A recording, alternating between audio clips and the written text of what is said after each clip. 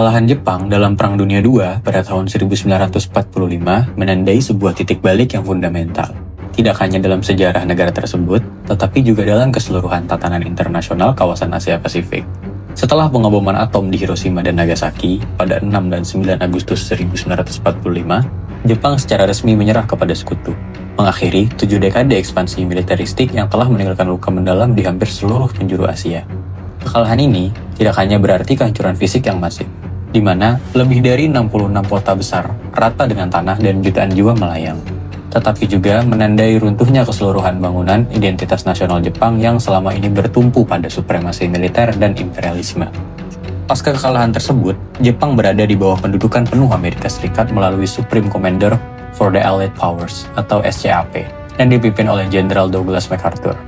Periode pendudukan yang berlangsung hingga 1952 ini membawa konsekuensi struktural yang sangat signifikan bagi arah kebijakan luar negeri Jepang di masa mendatang, yakni dirumuskannya Konstitusi 1947 yang di dalamnya termuat Pasal 9. Pasal tersebut secara eksplisit melarang Jepang untuk mempertahankan angkatan bersenjata serta menggunakan kekuatan militer sebagai instrumen dalam menyelesaikan sengketa internasional.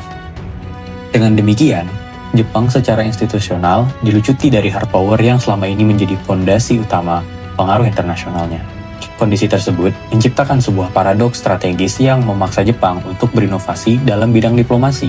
Di satu sisi, Jepang mewarisi stigma internasional sebagai agresor brutal yang bertanggung jawab atas berbagai kejahatan perang. Mulai dari pembantaian Nanjing pada 1937, sistem perbudakan seksual yang dikenal sebagai comfort woman, hingga eksperimen biologis ilegal yang dilakukan Unit 731. Di sisi lain, Jepang tidak lagi memiliki kapasitas militer untuk menegaskan kembali pengaruhnya di panggung internasional. Dalam situasi inilah, kebutuhan mendesak untuk merekonstruksi identitas internasional melalui jalur alternatif menjadi tak terelakkan. Respons awal Jepang terhadap tantangan ini datang melalui kebangkitan ekonomi yang luar biasa. Dalam rentang 1955 hingga 1973, Jepang mengalami pertumbuhan ekonomi rata-rata sekitar 10% per tahun, sebuah fenomena yang kemudian dikenal secara luas sebagai Japanese Economic Miracle. Keberhasilan ini menempatkan Jepang sebagai kekuatan ekonomi terbesar kedua di dunia dan memperkenalkan nama-nama seperti Sony, Toyota, dan Panasonic ke pasar global. Kebangkitan ekonomi ini memang berhasil menggeser sebagian persepsi internasional terhadap Jepang, dari bekas agresor menjadi mitra dagang yang kompeten.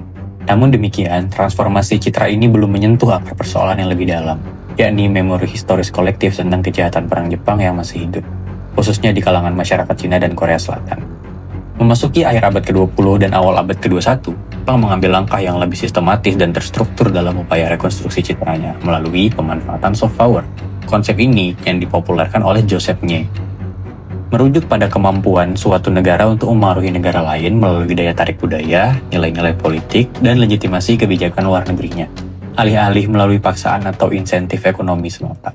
Dalam konteks Jepang, instrumen soft power yang paling menonjol terwujud dalam bentuk program Cool Japan, sebuah inisiatif kebijakan yang secara resmi diluncurkan pada awal 2000-an untuk mempromosikan budaya populer Jepang ke dunia internasional, melalui ekspor anime, manga, J-pop, kuliner, fashion, dan industri kreatif lainnya. Jepang berupaya membangun citranya sebagai negara yang modern, damai, dan inovatif. Namun demikian, efektivitas strategi soft power Jepang ini tidak lepas dari kontroversi dan perdebatan akademik. Sementara tingkat popularitas budaya Jepang di kawasan Asia Tenggara, Amerika, dan Eropa terus meningkat secara signifikan, persepsi negatif dari Cina dan Korea terhadap Jepang tetap menguat, terutama setiap kali isu-isu historis sensitif kembali mencuat ke permukaan. Seperti kunjungan pejabat pemerintah ke kuil Yasukuni atau revisi konten buku teks sejarah.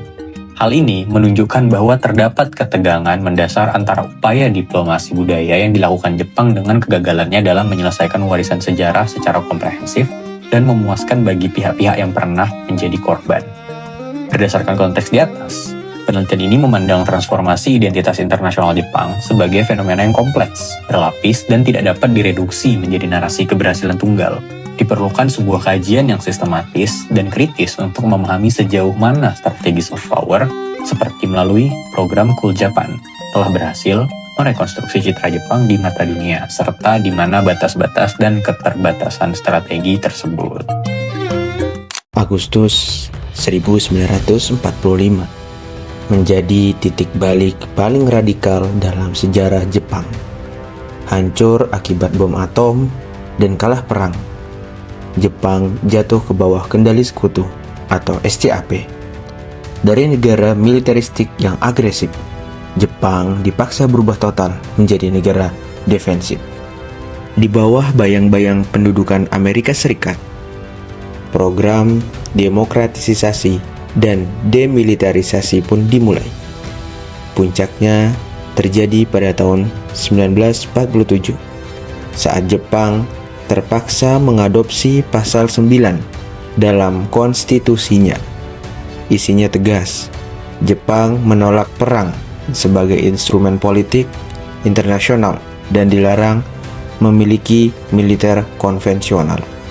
Tantangan terbesar Jepang saat itu adalah isolasi dan citra buruk.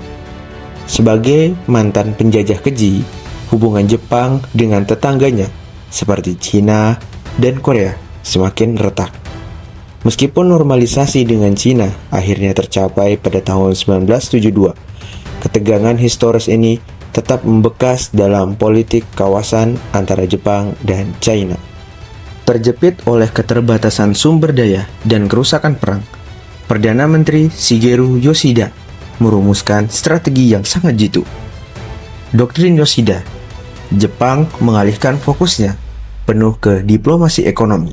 Sepanjang tahun 1950-an hingga 1960-an, Jepang aktif memperbaiki nama baik dan memulihkan stabilitasnya melalui kerjasama perdagangan, investasi, dan kompensasi perang di Asia. Upaya transformasi ini dilakukan Jepang untuk memperbaiki kondisi geopolitik internasional serta kerjasamanya dengan negara-negara yang ada di wilayah Asia. Hal ini sebagai bentuk langkah Jepang memperbaiki nama baik dan citranya sebagai salah satu negara yang berada di wilayah Asia. Keberhasilan ekonomi Jepang di tahun 70-an justru menjadi bumerang. Ekspansi bisnis mereka memunculkan sentimen baru. Jepang dijuluki sebagai economic animal, sebuah mesin pencetak uang yang kaku, ekspansif, dan tidak peduli pada ikatan sosial. Para pembuat kebijakan di Tokyo akhirnya menyadari satu kenyataan pahit, hard power dalam bentuk uang dan investasi tidak akan pernah menghapus memori kelam kejahatan perang. Mereka butuh sesuatu yang mampu menembus alam bawah sadar, sesuatu yang memicu rasa rindu, bukan rasa takut. Disinilah proses membangun interest itu dimulai. Jepang perlahan mengubah haluan diplomasinya secara radikal dari pendekatan antar pemerintah yang transaksional menjadi pendekatan people to people yang emosional. Mereka mulai menyuntikkan narasi-narasi tentang kedamaian, persahabatan, dan nilai estetika ke dalam produk kreatifnya. Tujuannya bukan sekedar menjual hiburan, melainkan memprogram ulang persepsi global dengan menanamkan rasa kagum secara terus-menerus melalui budaya. Perlahan-lahan, tembok kebencian historis itu runtuh, digantikan oleh ketertarikan dan empati yang tulus. Sebuah transisi strategi yang kelak mengubah posisi Jepang selamanya. Jepang di era masa kini berhasil mengubah cara pandang dunia terhadap negaranya. Jika dulu Jepang dikenal sebagai negara militeristik akibat Perang Dunia II, sekarang Jepang lebih identik dengan negara maju, modern, dan inovatif. Strategi ini membuat budaya Jepang semakin populer dan diterima secara global, terutama di Asia Tenggara, Eropa, dan Amerika. Jepang berhasil menerapkan hal-hal tersebut dan akhirnya membangun citra sebagai negara yang damai dan kreatif. Walaupun begitu, kawasan Asia Timur seperti Cina, Korea Selatan tetap memiliki bayang-bayang sejarah Perang Dunia II yang masih mempengaruhi terhadap pandangan ke Jepang. Jadi, secara global, Jepang cukup berhasil mengubah perspektif dunia meskipun tantangan sejarah di tingkat regional masih tetap ada hingga kini.